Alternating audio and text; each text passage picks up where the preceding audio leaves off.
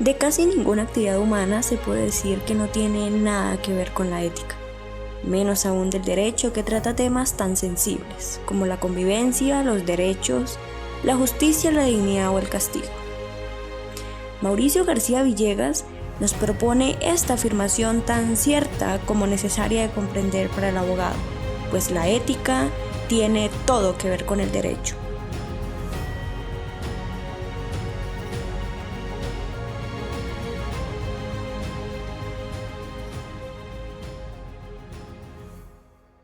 Bueno, la ética profesional pues yo la considero como uno de los pilares fundamentales, ¿cierto? Dentro del ejercicio profesional de nosotros como abogados, ¿sí? En el sentido de que, de la pertinencia que éste tiene al momento de servirnos como eje o como uno de los fundamentos sobre los cuales nosotros tendríamos que cimentar nuestro ejercicio profesional, nuestro actuar dentro de la profesión. La ética profesional del abogado está relacionada, en mi punto de vista, con la conducta permanente que nosotros debemos tener frente a la administración de justicia y sobre todo frente a los derechos de los clientes. Es la forma como actuamos, la forma responsable como nosotros asumimos los compromisos y la forma como vamos a desarrollar nuestras actuaciones para poder prestar los servicios que estamos ofreciendo. Conocer y comprender los fines del derecho puede llegar a facilitar el contenido de la ética para el abogado, entender los límites de la actividad y comprender especialmente el rol que le debe corresponder al abogado en la sociedad. Hablar de ética equivale a hablar de justicia, bien común, seguridad y fines de derecho, trayéndonos esos principios inherentes a la actividad del abogado, a la reflexión, a la práctica y a la conciencia. El abogado tiene una de las funciones más importantes en nuestra sociedad, que es defendernos ante cualquier situación que se nos presente, una situación desde muy pequeña, desde una situación como algo laboral hasta una situación grave como un crimen, un asesinato. La ética es importante en un abogado al igual que en las demás profesiones. En un abogado pues es importante que las personas a las que va a defender tengan la seguridad de que el profesional que lo está acompañando sea objetivo con lo que está haciendo. En el ejercicio del derecho, la ética resulta sustancial. ¿Tendría algo de disparate pensar en una profesión cuyo fin primordial es la búsqueda de la justicia, mientras se ejerce sin observancia de comportamientos transparentes y correctos? Pues es en el profesional del derecho en quien la sociedad busca una actuación recta, indisoluble, de atender al llamado de su conciencia que le dicte e induzca a una realidad equitativa. El ejercicio profesional de abogados está encaminado hacia la búsqueda de una justicia o hacia la búsqueda de una equidad. Y la única forma de poder llegar hasta ahí es haciendo un uso correcto de los mecanismos que tenemos a cargo. Entonces, si nosotros dejamos de lado la ética profesional y olvidamos que estamos frente a un sistema y frente a una misionalidad que busca que nuestro comportamiento vaya acorde con las normas, con los reglamentos y sobre todo con ese concepto de bienestar que se quiere en un estado como el nuestro. Recordemos por lo menos, incluso desde el punto de vista de la filosofía, recordemos por allá Aristóteles, él nos planteaba que da 3 tipos de conocimientos, ¿cierto? Uno que tenía que ver con la experiencia, otro que tenía que ver con la técnica, van 2, y el tercero que tenía que ver con la virtud moral y ética. Entonces, si nosotros nos vamos a fundamentar bases del conocimiento según la filosofía aristotélica, pues podemos entender que la ética, consecutivamente la moral, allí se encuentran también. Y recordemos que la moral es justamente el objeto de estudio de la ética. Entonces, ¿que sí es importante para la profesión? Claro que es importante. El desprestigio no viene de una profesión, sino de quien la practica. Hoy en día, los que ejercen una profesión tan noble y con diversos valores humanos como es la abogacía, se enfrentan al desprestigio de esta gracias a aquellos abogados que no han considerado en su práctica la ética y la moral en la búsqueda de la justicia. El estigma de los abogados pues es que como desde sus inicios, desde su época académica, están ejerciendo algo de corrupción. Y no hablo de corrupción, por ejemplo, de cuando alguien recibe cierta cantidad de dinero por fallar a favor o en contra de alguien, sino se ve, por ejemplo, estudiantes de segundo o tercer semestre que ya están diciendo, no, brindémosle un tintico al juez, gastémosle la empanadita al fiscal. Desde ahí se empieza a ver la corrupción y se empieza a ver la falta de ética que tienen los abogados. En la búsqueda del bien común y considerando a la justicia como valor dominante entre aquellos que el derecho aspira a realizar, el abogado tiene la obligación de luchar contra aquello que es injusto y buscar su cambio. Nos hemos visto inmersos como gremio dentro de algunos casos de corrupción, toda vez que tenemos a cargo y en nuestras manos la administración de justicia. Pues la administración de justicia se compone tanto de quienes acusan como quienes defienden y como quienes toman la decisión. Con que uno de estos se vea permeado por la corrupción y se permitan que se presenten casos que van contrarios al deber ser, pues ya se va a estigmatizar tanto el actuar, no solamente ese grupo de personas, sino el gremio general. Ciertamente ha sido meritorio ese señalamiento, por así decirlo, y es justamente razón de la ausencia de esta ética o de esta deontología jurídica que se presume debería estar presente en el ejercicio profesional de nosotros como abogados, ¿cierto? Pero no ha ocurrido. Y eso pasa justamente porque yo considero, y justamente dentro de la practice yo lo aplico, y es aportar con un criterio humanista, fundamentarnos siempre en la primacía del interés general sobre el particular. A mis estudiantes yo siempre procuro inculcarles que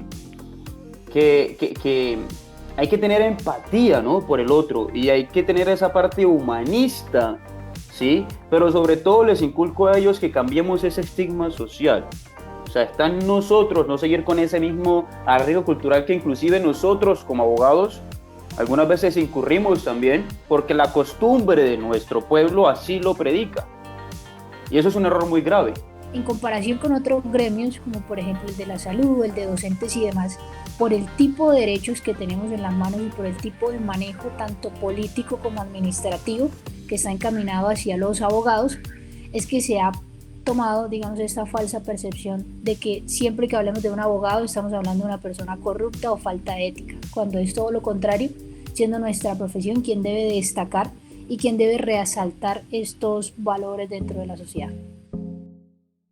Por la versación del abogado poco vale si no va acompañada de la rectitud. Hay abogados con mucha preparación intelectual puesta al servicio de causas innobles y que, aún pudiendo obrar dentro del marco de la legalidad, suelen ejercitar su destreza en andar por los desechos. La crisis moral es, en el fondo, la quiebra de la rectitud. Cuando no se distingue lo bueno de lo malo, lo justo de lo injusto, lo correcto de lo incorrecto, y se carece de escrúpulos y de remordimientos de conciencia, el orden ético tiene que desmoronarse necesariamente. Todos tenemos internamente la posibilidad de escoger las decisiones. Todos o en ningún momento nos van a decir tiene que hacerlo. Siempre vamos a tener la opción de hacerlo o simplemente rechazar la oferta. Que en el sistema se presenten muchas oportunidades es cierto. El sistema permite que la corrupción esté a flote, pero ya está en cada uno de esos saber tomar la decisión y saber hasta qué punto nosotros podemos actuar sin salirnos de esos límites y sin llegar a chocar con los principios y con los, digamos, con las normas que rigen nuestro comportamiento ético y como profesionales en la sociedad. El ejercicio del derecho, en sus distintos aspectos, supone una vocación e impone una misión que, especialmente en los tiempos que corren, deben ejercerse con valor y con abnegación y muchas veces con espíritu de sacrificio.